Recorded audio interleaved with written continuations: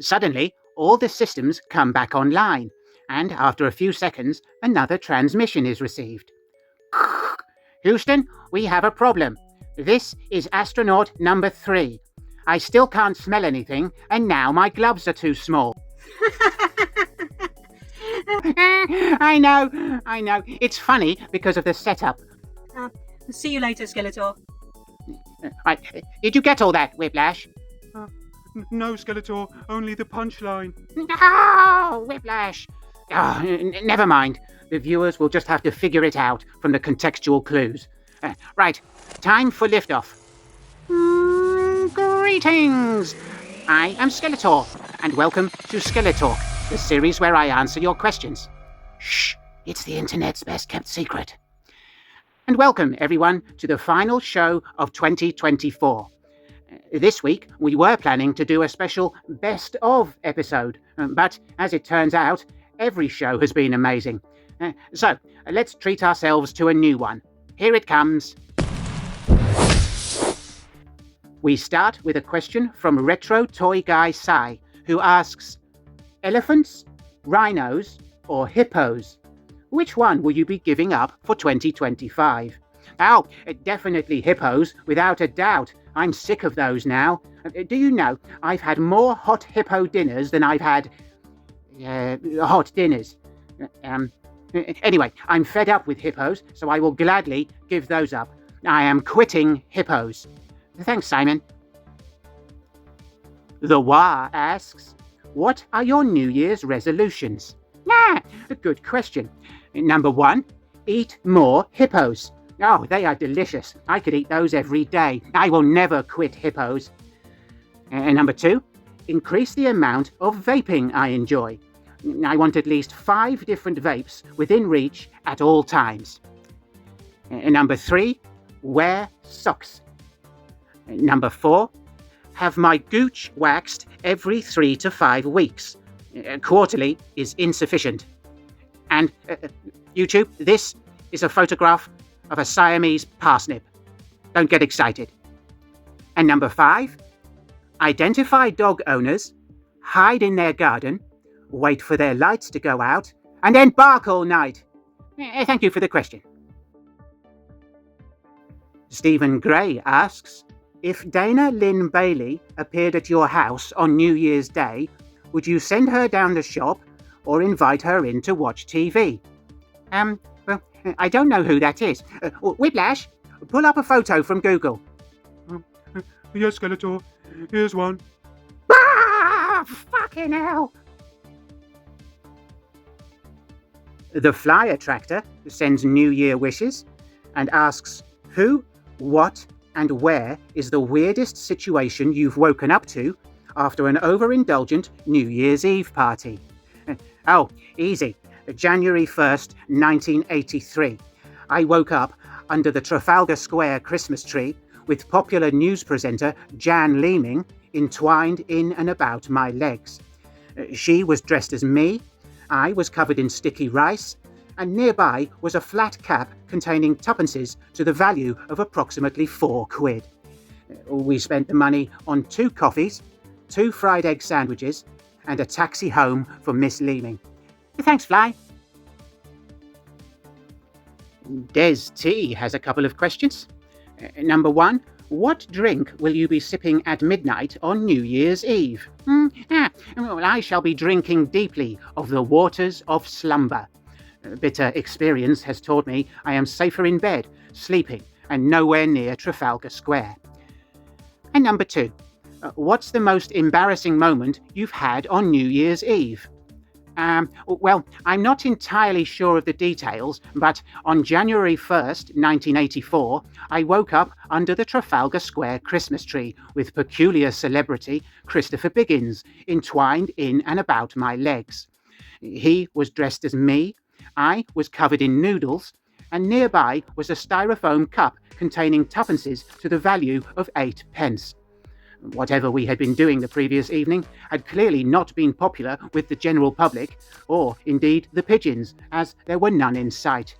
Thanks, Des.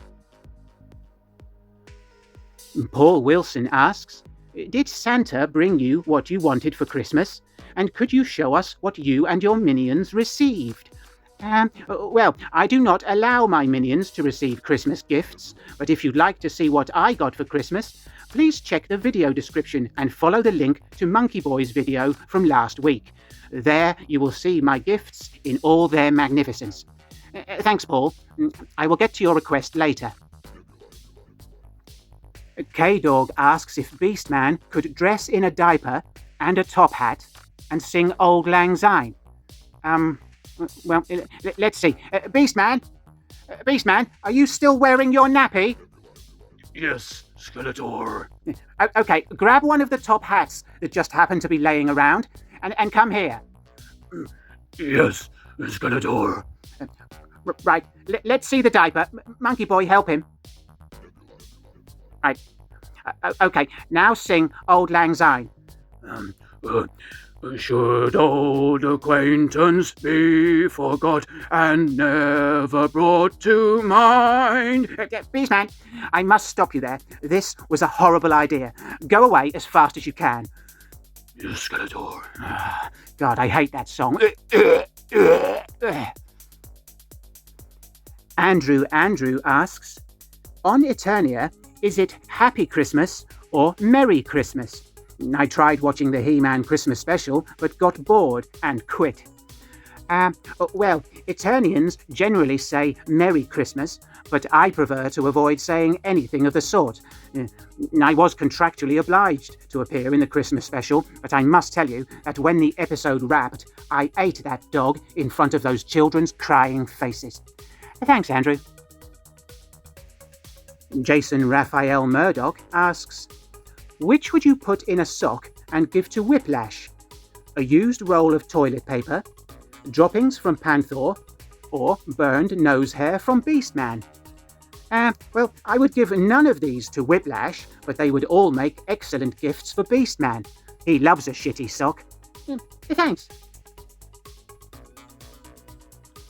Crazy Cat Lady Jojo asks, shag, marry, destroy.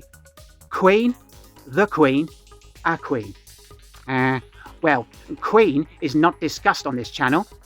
The Queen is entirely deceased. And to avoid any potential controversy, I do not know what a queen is. I'm on thin ice already, and I don't need anybody stamping about. Thanks, Jojo.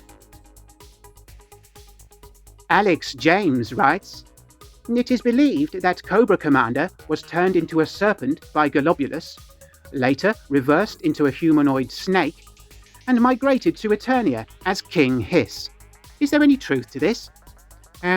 Well, the first two events are accurate, but the last part is a fallacy. Cobra Commander is a respected villain. King Hiss is a silly wanker and a shit-looking toy. Thanks, Alex. Mike Ciccone wants to know what Paul Simon was actually doing with Julio down by the schoolyard. Well, Mike, I found the lyrics to the song, but was unable to determine what caused all the trouble. I then made the mistake of listening to the song, and Paul Simon has now been added to the list of things that I never want to hear again. I can only assume that Paul and Julio were caught writing songs to the best of their ability. Thanks, Mike. Sorry I wasn't able to help. Meat-based oddity Ben Stutley provides the question to the answer I gave last week, and it shall be met with another preemptive answer, no doubt confusing everybody. Ben writes, I happened into a Mexican standoff, bumping into a ladies' stag night party during the week. Said lady's provocative, helpful, elven apparel procured such responses in the amorous propensities that after my inquiry, who is the hen, when she pointed out that pointing out who was pointing out would profit no one publicly. Consensus was reached, but thoughts appreciated.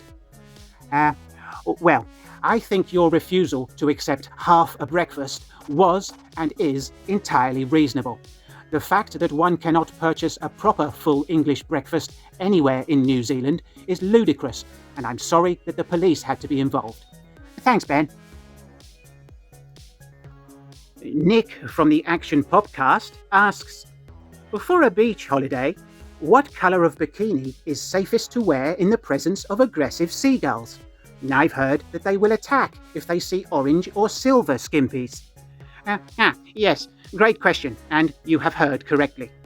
Now, red bikinis will keep away 1 or 2 seagulls, but will not save you from a group attack. Green bikinis will calm large numbers of gulls who may still approach, but without violent intent.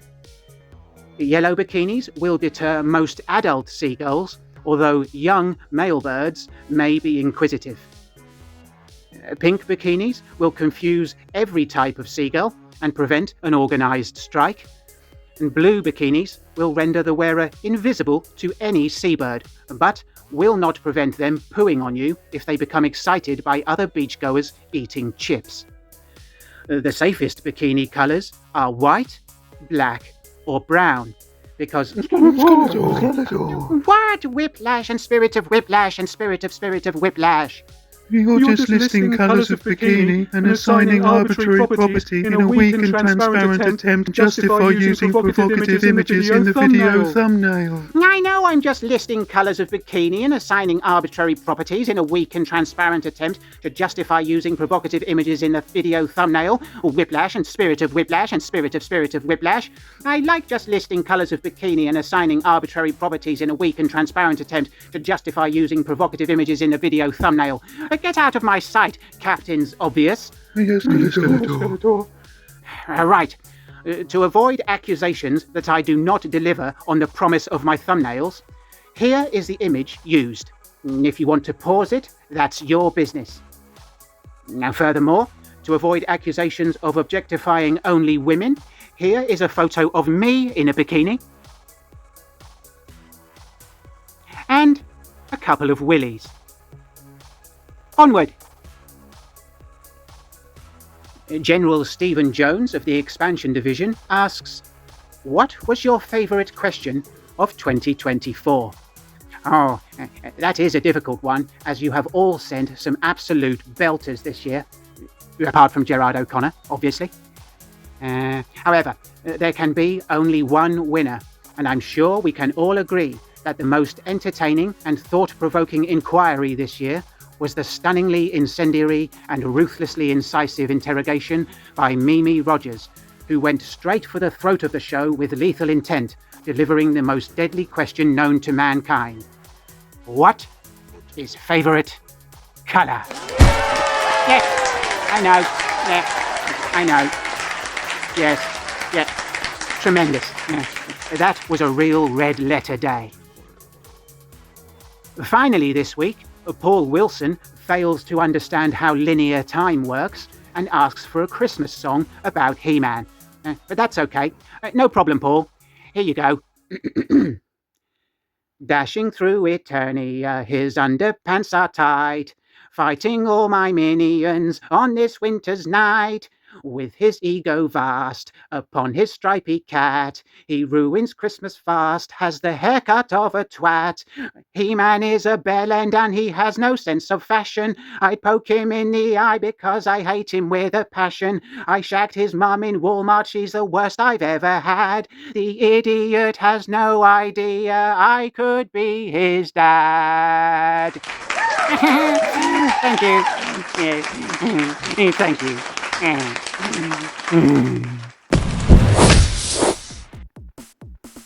So, that drags us kicking, screaming and soiling our pants to the end of 2024. Thanks for watching, and thank you to everyone who has supported the channel this year. Join me next week for the first episode of the new year. Let's make 2025 completely weird. Until then, I strongly advise that you get out of my sight before I beat you.